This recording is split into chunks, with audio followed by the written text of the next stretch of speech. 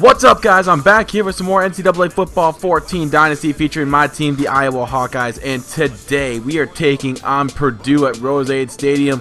And Purdue is always one of those teams that just, like, if you don't take them seriously, they're going to run you out of the building, but they haven't been really too successful over the past, like, 6-7 years maybe. I remember when they had Drew Brees and Kyle Orton, and that's when they were actually decent. Back in the day, they had Mike Allstott, the greatest fullback of all fucking time. You can't even debate that. I mean, try and debate that with me, and I guarantee you will lose. Mike Allstott's the greatest fullback of all time, and he came from the University of Purdue. And, you just can't sleep on these guys overall. And we moved up to 16 in the country, so we're moving up slowly every week. That's just what we want. But you see me right there throwing it towards the end zone on third down, getting it batted away from the Purdue defender. And we're going to end up settling for a field goal to make it 3-0 Iowa. And let's just say this, Purdue's running game is actually really good. Third down and 5. Here is Henry back to throw, throwing a screen pass. And he is going to get the first down. Hakeem Hunt for 8 yards. And the Boilermakers trying to throw some punches early on. I don't know what he's trying to punch out in the air. Come on, he should be trying to punch the Hawkeye, but the Hawkeye would win every time, right? Henry back to throw, trying to get out of the pocket, but he cannot. He gets sacked on the play, and we're going to get the ball back. 2nd and 4 for the Iowa Hawkeyes. We have the slants over the middle here to Jordan Cotton for a first down. And we're trying to, I don't know. It's just, yeah, they're just that team, And I'm really just surprised on how well they're playing so far. I mean, yeah, they got a couple first downs in that first drive. Right now, on defense, though, it looks like we could run them out of the building. But on 3rd down and 10, here's Rudock back to throw, looking, and this one is going to get dropped. Jacob Hilliard drops the pass, and on 4th down and 10, we're going to have to settle for another field goal. So 2 possessions just coming up short on some stupid crap that we could have got. Coulda, shoulda, woulda, didn't. And those, woulda, couldas could have probably turned and, to probably should have. They should have, been touchdowns. They should have been caught. And they're making a second guess right now, because right now after that big first down, they're almost crossing midfield. And right here, they're going to dump it off to their second string running back. I don't even know how to pronounce that last name. Mostert or whatever. Another first down for Purdue anyway. Yeah, let's just call it that. 2nd and 2 for Purdue. They got the I formation. We're going to send the blitz. And that ends up being a total mistake, kind of. But we had the pressure. We had everything going for us. And then he just finds a hole in the defense. Just not good. Just not good at all. So 3rd down and 1. They got the offset I formation. Handed it off to Hunt. And he is going to get stopped for a loss. And guess what? Purdue's going to go for it. Instead of settling for a field goal, they got the balls to go for it. Taking it left side with Gregory. And he's going to punch it in for, or not. He is a yard short of the end zone. Robert Gregory getting the first down and goal for Purdue. Now, a couple of plays later, you get man in motion with a single back formation. Here is Purdue back to throw. Henry, touchdown for McCarthy. And Purdue's got a 7-0 lead over number 16 Iowa. Now here's Rudock back to throw. Looking, throwing it deep, and no one is going to catch. Jordan Cotton breaks that tackle, 88 yards, touchdown, Iowa. We come right back with a big play, and let's just hope that just rips the heart right out of them. That was a huge play for 88 yards, and now we have a 13-7 lead. Here's Henry over the middle to Mostert, and Mostert gets clobbered for a gain of 20.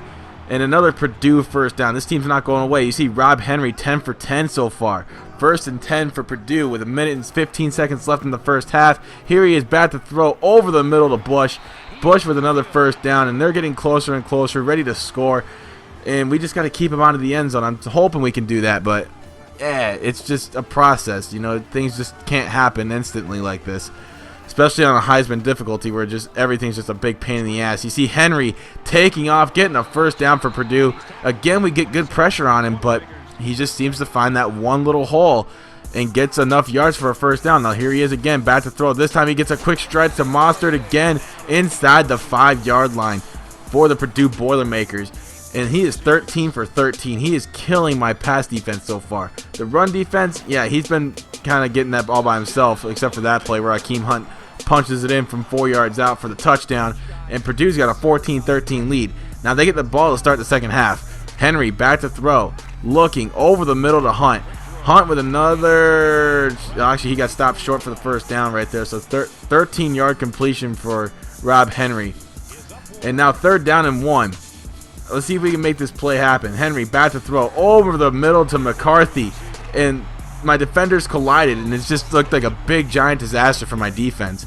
And they got it again inside the 30-yard line almost. So 3rd down and 4. Henry back to throw. Oh, not read option.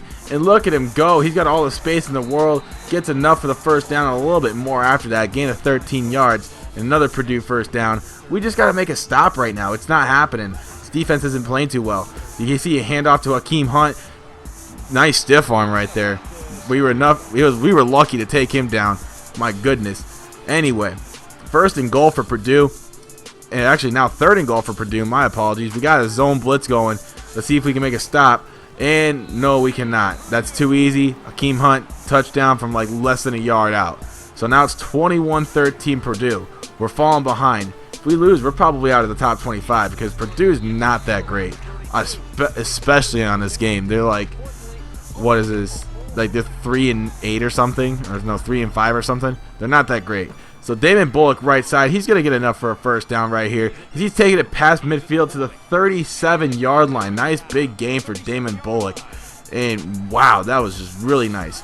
And actually, one thing I do want to announce before I continue on, I've mentioned this in like a couple, I saw this in a comment section like a couple of times. I want you guys to choose my out-of-conference schedule for next year. Although I had to announce a few things for next year's Dynasty, I am moving Maryland and Rutgers to the Big Ten, and Louisville to the ACC. Just for your information, just so you guys know. So I'm trying to make this as realistic as possible. Two teams moving to the Big Ten, and Louisville making its way to the ACC. So I do have 9 conference games next year, and I'm not getting rid of Iowa State versus Iowa because that is a traditional game. As you see, we punched it in for the touchdown. Now I'm taking it right side. Damon Bullock for the 2-point conversion, and we can not get it. So we're still down by 2, and we still got a whole 4th quarter to play. But back to what I was going to say, we have 9 conference games next year. So you only get to choose 2 teams. I want to keep the Iowa State versus Iowa simply because of the tradition and the rivalry. So I had one guy say Baylor, so first come, first serve. Basically, yeah, we have Baylor on our schedule next year. I'm going to try and do that. And whoever's going to put their next team down, I will definitely put that down. And we can try and make it happen. But you see right there, another big completion there for Gabe Holmes as Purdue is looking to upset us. 2nd down and 11 now. Purdue is just torturing us right now. We cannot make a stop. Here's Henry back to throw. He's scrambling out of the pocket, and we can't catch him until after he gets the first down. And it's hard to bring that guy down, it seems like. And I'm just like, what do I have to do to stop these guys? Because right now we're looking like garbage. 1st and 10. We're trying to run some man coverage, and it is not working. He was just wide open. As you know, I switched from zone to man, and we couldn't get there in time. So it's now 28-19 with just 4:30 left. It's not looking too good for the Iowa Hawkeyes right now. 1st and 10. No, 2nd and 10. Jake Rudock off to CJ Fedorowicz. First down, gain of 14 on the play. Next play, we're running the hurry up. We want to get this quick score so we can try and find ourselves back in the ball game. Rudock, quick strike to Jacob Hillier for the first down. Gain of 19, and we're getting there. We're just past midfield. Here's Jake Rudock, seeing something in the defense. He's back to throw, looking, gets a completion to Jacob Hillier through tight coverage, and that was a really good throw by Jake Rudock. My goodness. Now, next play, 1st and 10. Here's Rudock. Oh my goodness, that's a touchdown. Jake Rudock to Martin Manley, 28-26 with just 4 minutes to go in the game. Now we just need to make a stop.